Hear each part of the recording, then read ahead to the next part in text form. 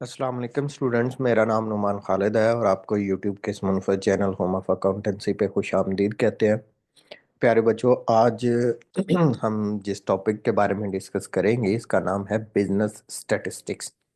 और ये intermediate level के ऊपर टॉपिक पढ़ाया जाता है जिसको अमूमी तौर पर आईकॉम 2 के सिलेबस में रखा गया है। ये जो सीरीज़ हम लोग प्रिपेयर करने लगे हैं इसमें आप Lahore board, Gujranwala board, Rawalpindi board, Faisalabad board, Sargodha, Multan, Bahawalpur, Sahiwal, DG Khan और आज़ाद जम्मू एंड कश्मीर के बोर्ड्स के लिए ज़्यादा फ्रूटफुल इसको आप समझ सकेंगे।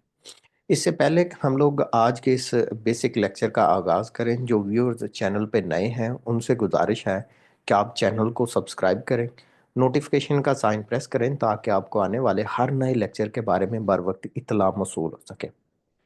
प्यारे बच्चों, जैसा कि मैंने आपके सामने डिस्प्ले किया हुआ है कि ये एक बेसिक लेक्चर है, इसमें हम चार चीज़ें डिस्कस करेंगे। पहली बात तो ये कि एग्ज़ाम पैटर्न क्या है। दूसरी बात, सिलेबस क्या है।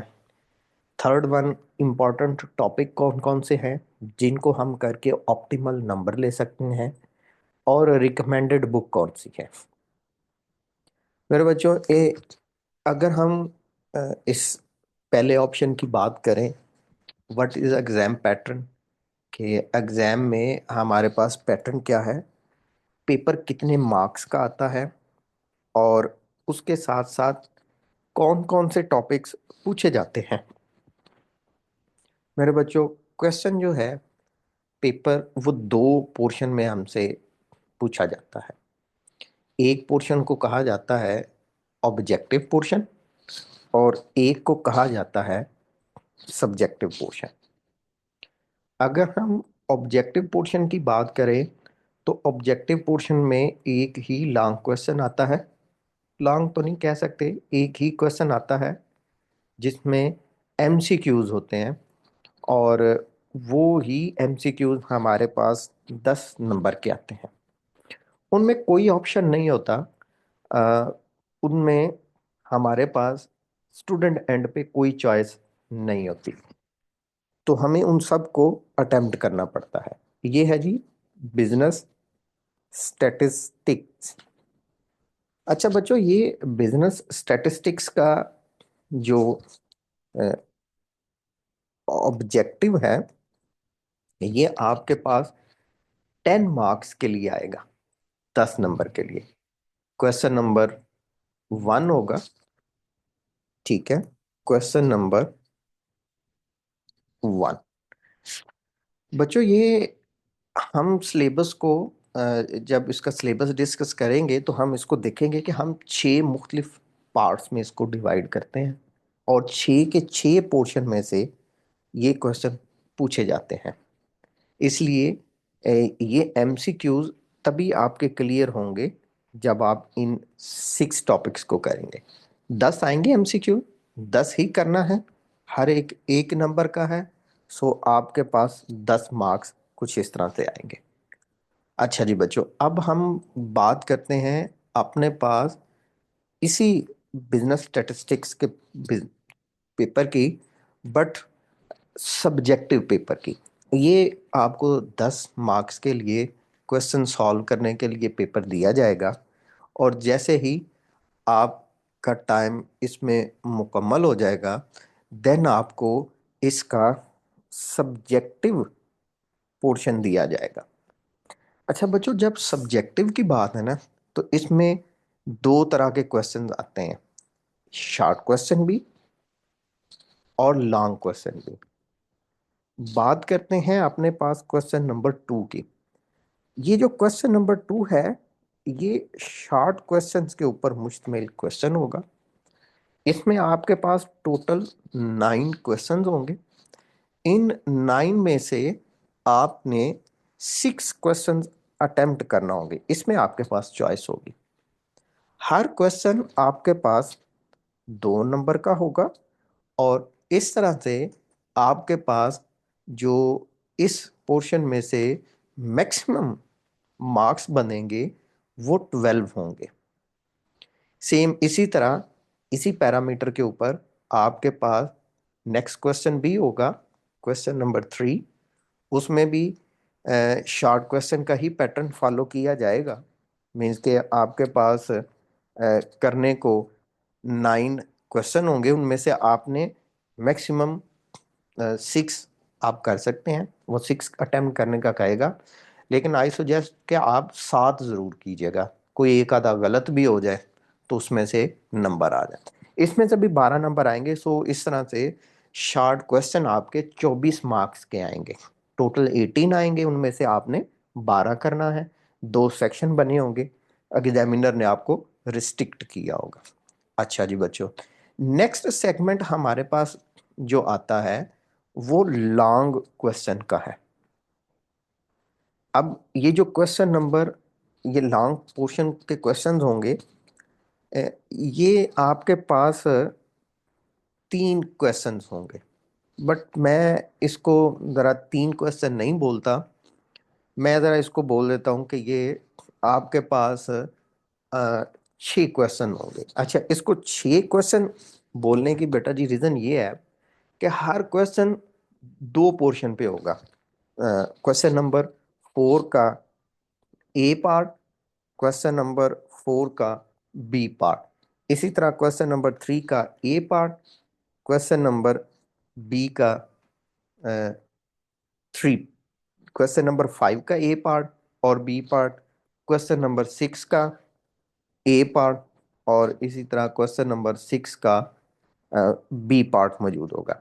अच्छा बच्चों, इन क्वेश्चन में से ये जो हमारे पास होंगे, हर सेक्शन 4 मार्क्स का होगा। ठीक है जी। इसमें आपके पास चॉइस ये नहीं है कि आप क्वेश्चन नंबर 4 का ए पार्ट कर लें और वो आपको आता है, और क्वेश्चन नंबर 6 का बी पार्ट कर लें। नहीं, ऐसा नहीं होगा। अगर आपने क्वेश्चन नंबर 4 अटेम्प्ट करना है तो इसी का ए पार्ट और इसी का बी पार्ट अटेम्प्ट करना है। तो इसलिए मैं इसको ऐसे नहीं कहता कि ये आपके पास 3 क्वेश्चन होते हैं। ये बेसिकली आप ऐसे समझ लें कि 6 क्वेश्चन है। आपको 6 क्वेश्चन के तौर पर इसको अटेम्प्ट करना होता है। तो हर क्वेश्चन आपके पास 4 मार्क्स का आता है, तो हमें इसको अटेम्प्ट करना है। अच्छा, ये जो पूरा सिलेबस है वो भी हमने इसी अंदाजे से इसको डिवाइड किया गया है, ये 6 पोर्शन में। अच्छा, इनमें से इन तीनों लॉन्ग क्वेश्चन में से कोई से 2 अटेम्प्ट करने, हर एक 8 नंबर का और हर सेक्शन 4 मार्क्स का। सो इस तरह एग्रीगेटिवली तौर पर ये आपके पास 16 मार्क्स के लॉन्ग क्वेश्चन को कैरी करेगा। और ओवरऑल पेपर की बात करें तो ओवरऑल पेपर आपके पास 50 मार्क्स के आएंगे। ठीक है जी।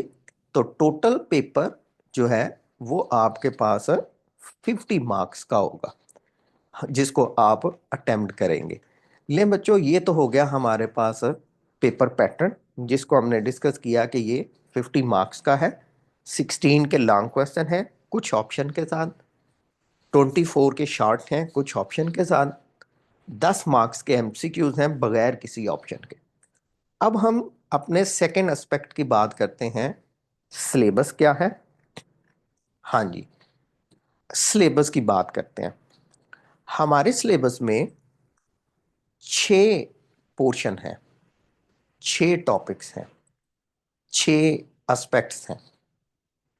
Chapter number 1, chapter number 2, chapter number 3, chapter number 4, chapter number 5 and chapter number 6। अच्छा जी, अब हम बात करते हैं कि इनके ये टॉपिक्स हैं कौन कौन से, इनके नाम क्या हैं, इसकी बात करते हैं। अच्छा बच्चों, ये जो चैप्टर नंबर 1 है, ये आपका बेसिक चैप्टर है। What is statistics. क्या आपके पास स्टैटिस्टिक्स है क्या?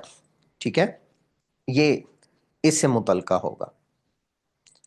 अच्छा, दूसरा, प्रेजेंटेशन ऑफ डेटा,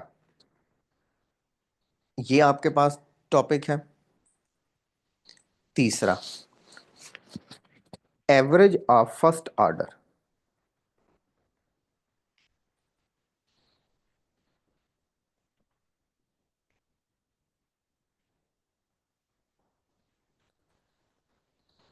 चौथा, इंडेक्स नंबर।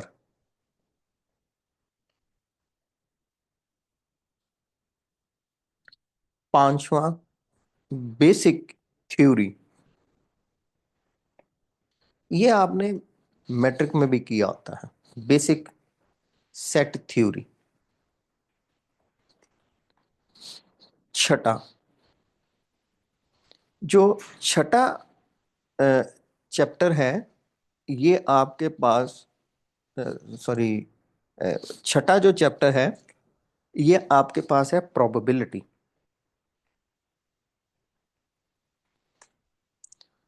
तो ये इतना कोई मुश्किल टॉपिक नहीं है, ये काफी आपका मैट्रिक से रिलेटेड टॉपिक है, तो इतना इसमें मुश्किल नहीं है।